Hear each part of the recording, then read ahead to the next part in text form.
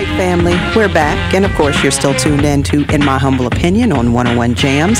And as mentioned earlier, our next guest for the show, Karen Wood. Karen, how are you? I'm doing really well. Good. Thanks for having me. Good. Pleasure is all ours. So Karen is a member of the Monocan Nation. And she also directs Virginia's Indian programs at Virginia Foundations for the Humanities. Did I get that? Did I get that title right? Great. Okay, yes, good. Thank you.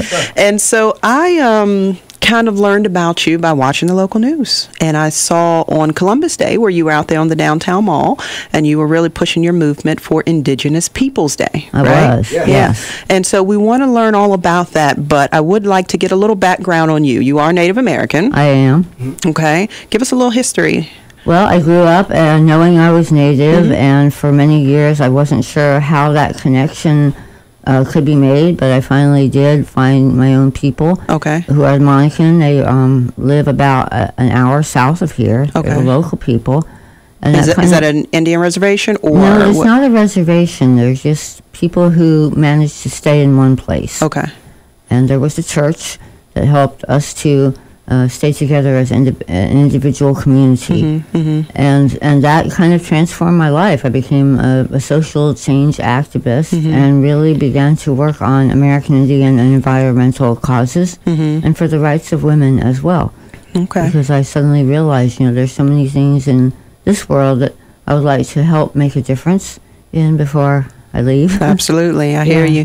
So you're saying out with this whole Columbus Day thing? I think so. I mean, really this movement began in, 1992. It was the 500th anniversary of Columbus Day. And Indigenous people began to say, this is not something we want to celebrate. This man didn't really discover anything. We've been here for 18,000 years at least. And he never set foot on this continent. And the things that his people did when they arrived in the Caribbean were really heinous. Not something that we would say was heroic. So it would be more exciting to say, how about we commemorate the contributions of Indigenous peoples over all of these thousands of years, how they transformed the landscape and lived within the communities in balance, communities of lived beings, not just humans. How they sustain things. Right. Yeah. And when you speak on Indigenous people, is this something that your group is focusing on just for this country, or even when we look at the southern central parts of America? I'm talking about global Indigenous people. I mean, there are Australian Aborigines. There are many different people of different races who are indigenous to their home places and who know those places and have an intimate relationship with them. Right. They don't think of extracting resources. They think of being in balance. Right. Yeah. I think that's awesome because a lot of times people forget about what we know now as Mexico and some of the same things that happen. Absolutely. Yeah. Mexico and Central South America. Right. Mexico is an indigenous country. They don't always celebrate indigenous heritage there. Yeah, absolutely. And another question for you is, and I always find this interesting because a few years ago at the last Million Man March in D.C., I was there, and I'm excuse me, but I forget the gentleman's name, but he's like one of the highest ranking chiefs of Native Americans. He was there and spoke, but I forget the gentleman's name right now. But one of his things that he pointed out was the unity of Americans, and particularly, minorities. And so I was curious, does your group have a particular stance on that as far as working with other minority groups that may be fighting some of the same discrimination and challenges? I think there's so many issues on which we align historically, the ways that people have been oppressed over hundreds of years. And there has been a colonialist mentality that has pushed people away from one another and aligned them in ways that were more servant-oriented. And we could come together on some of these issues historically. And so what's the game plan as far as getting this acknowledged nationally? Is there a petition going around? Are you speaking with your local, senator, governor? Not so much that. I mean, it began some years ago with a change in Berkeley, California, and now more than 55 localities and municipalities have decided to acknowledge Indigenous Peoples Day instead of Columbus Day on October 9th or whatever that appropriate day is. Wouldn't it be nice to get it on the calendar, though? It would be awesome. I mean, Charlottesville took a big step forward. So that's very progressive, and I'm excited about that. It shows that people are willing to consider alternative histories here. I don't know about Charles, but this is my first time being able to sit down and speak with a Native American, and I'm just curious, what's the spirit, so to speak, of the Native Americans right now?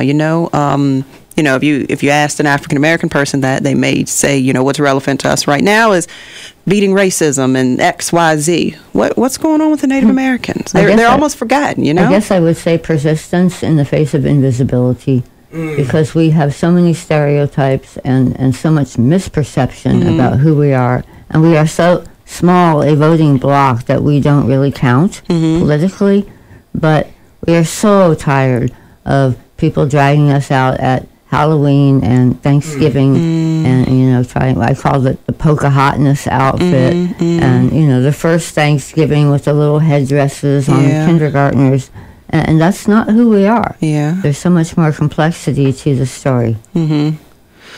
What you just said made me think of this. How about the Redskins? I know a few years back, right? Yeah. There was this request for them to change their name. Well, that request went on for 20 years in the courts, and finally, I think they've lost the appeal on a trademark suit, and so I'm not sure what will happen, but it's still a racist name. You think they should get rid of it? I do. I mean, and this is funny because my brother has the same heritage as I do, but he has every piece of Redskins paraphernalia because we grew up in Northern Virginia, and that was the team, right?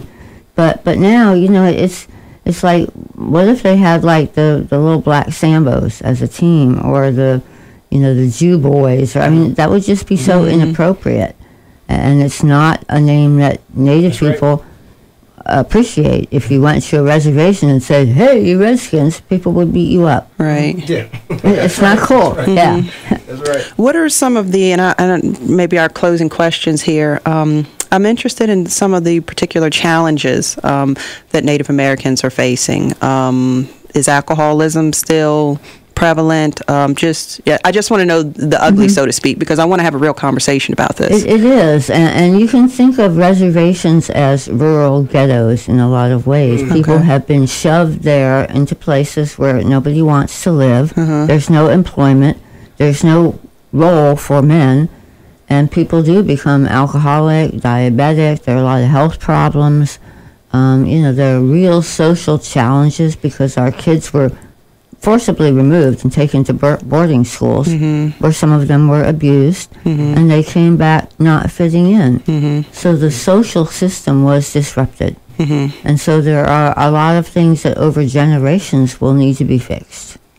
Yeah, absolutely. The one last question that I would have for you is your main message to our listeners, because we're an urban radio station. The predominant demographic of our station, is African American, but we reach a wide audience. But a lot of times, what some would call special interest groups, they butt heads a lot of times. So when you look at other agendas out there, including those of African Americans. How do you see us helping and working together, or do you feel like that there has to sort of be sort of one or the other at the table? No, absolutely not. I think that part of the colonial agenda is divide and conquer.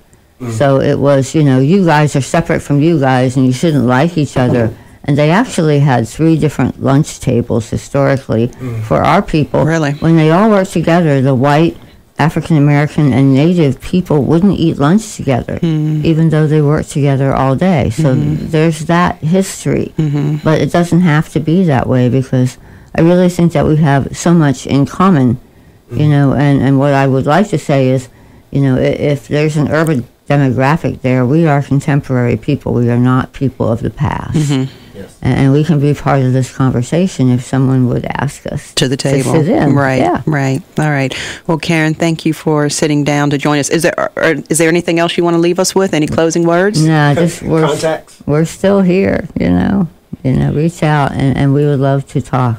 Okay. How would we go about reaching out? The Monocan Indian Nation has a website, the Virginia Indian Programs. You can contact us here in Charlottesville. Okay. Okay. Yeah. All right. Sounds good. Thanks again so much for your time. Ladies and gentlemen, you are listening to In My Humble Opinion, and we're speaking with special guest Karen Wood of the Monocan tribe. Thank Thanks you. again.